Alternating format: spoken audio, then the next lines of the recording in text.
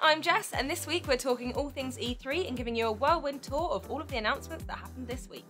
Here's the TLDR.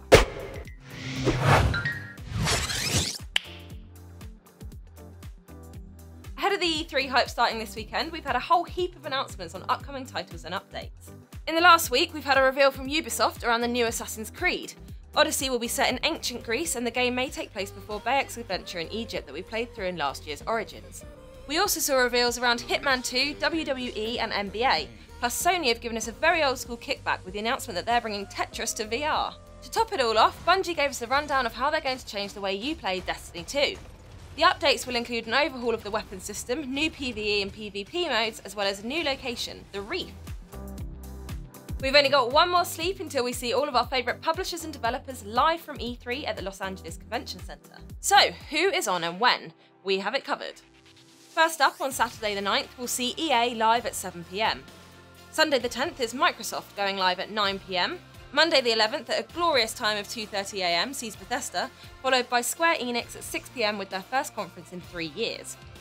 Ubisoft will follow at 9 PM, and finishing off the Monday show is the PC Gamer Show returning at 11 PM. And if you're in it for the long haul, don't go to sleep, as Sony will be having their usual late night conference at 2 AM on Tuesday morning. Luckily you'll have time to catch up on some sleep, as Nintendo round the whole thing off at 6 PM on Tuesday evening. However, if you like your sleep, then we've got your back and we'll be burning the midnight oil so you don't have to. You can catch up with all the conferences in our 60-second TLDR bite-sized wrap-ups. Or if you want a more in-depth breakdown of the goings-on, make sure you check out our new show TMI, where we'll be talking about all the E3 reveals with Twitch streamers Bo Menz and Sharp TV. A few weeks ago, we were invited to an exclusive meetup in London to get hands-on with LEGO Incredibles and meet the team behind the LEGO games we know and love. Check out some of the footage we captured. With the experience of both Marvel and the DC stuff, we've done superheroes a lot, so we kind of know what works, what's fun to do, and then obviously push that a bit further with the Incredibles, because we don't want it just to be a recycle, we want everyone to feel new and exciting, which when you look at Elastigirl and Violet and everyone, I think we've managed to do quite well. So yeah, we've taken the experience from previous games and just kind of pushed that in and then moulded it into our Incredibles and just built upon what our experience of the past superhero games really. Before I even started the game, I'd say I'd watched The Incredibles 1 at least 15 times. My favourite Pixar film, so I love that. Since started making it, probably another 20 times, something like that. It never gets boring. It covers both films, so we play through the new movie first, and then we kind of go back to the original. And in that, we've got the expansive hub world, where you can complete various crime waves. So there's loads of districts within the hub, and some of those have been overtaken by some crime lords and their gangs. So there's some story that we've written specifically for the game that ties into the Incredibles universe, where you're going through the city, you find these crimes, you defeat them, you get a bit of a story, and that story builds up to the point where you have to defeat the boss. Favourite character at the moment and the best to work on was Jack. And we've had a baby minifigure, so there's challenges with that.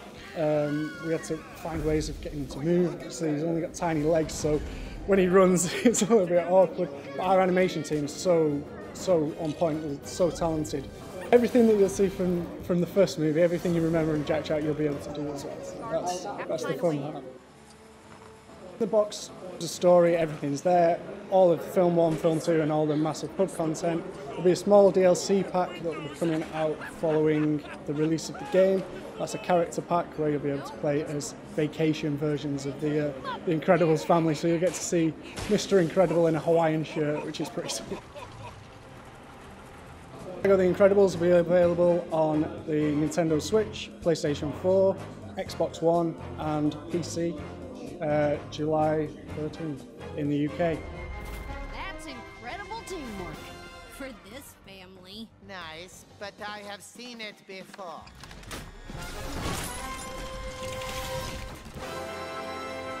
Now that is new.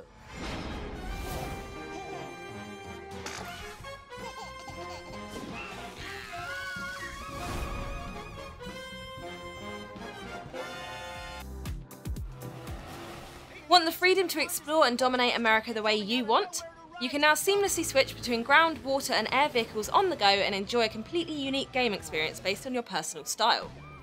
The Crew 2 gives you the chance to showcase your skills and rise as the greatest motorsports champion in an open-world racing game which is the sequel to the 2014 release, The Crew. In addition to cars, players can also control other kinds of vehicles including planes, motorcycles and boats. The Crew 2 Deluxe Edition, complete with Motorsports Deluxe Pack and exclusive art cards, is available to pre-order now. Just click the link below. Mario Tennis Aces consists of playing matches of tennis with various characters from the Super Mario series. Players can pick from fan favourites including Mario, Luigi and Yoshi. And this time the game adds the first story mode since the Mario Tennis Power Tour game on Game Boy Advance, offering a new flavour of tennis gameplay with a variety of missions, boss battles and more. Or play against family and friends, battle to win missions and play against big villains whilst bringing a new level of style and skill to your tennis game. Perfect for children and adults. Playing on the Nintendo Switch will offer a whole new gaming experience. Connect to the TV, pick up your Joy-Con aka racket and prepare to win the tennis tournament of a lifetime.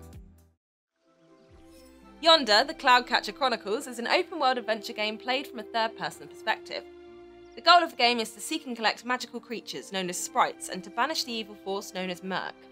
Throughout the adventure, players can take part in activities such as farming, fishing and crafting while exploring the island.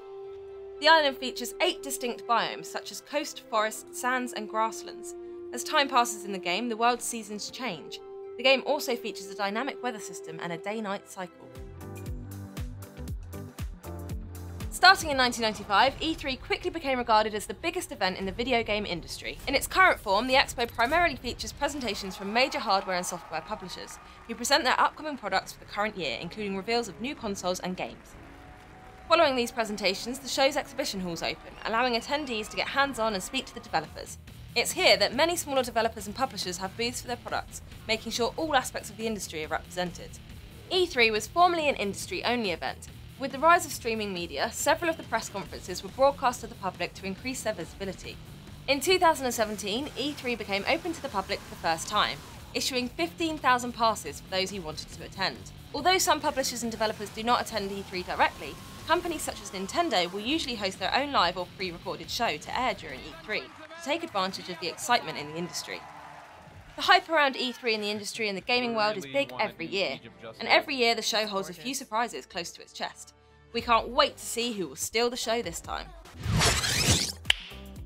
Thanks for joining us for this week's TLDR. We'll see you over the weekend for our coverage of E3. This week at Game, you can pick up a variety of titles for just £10. Play for £10 is the perfect way to complete games you've missed ahead of the wave of new games that will be coming off the back of E3. Pop in store or online now.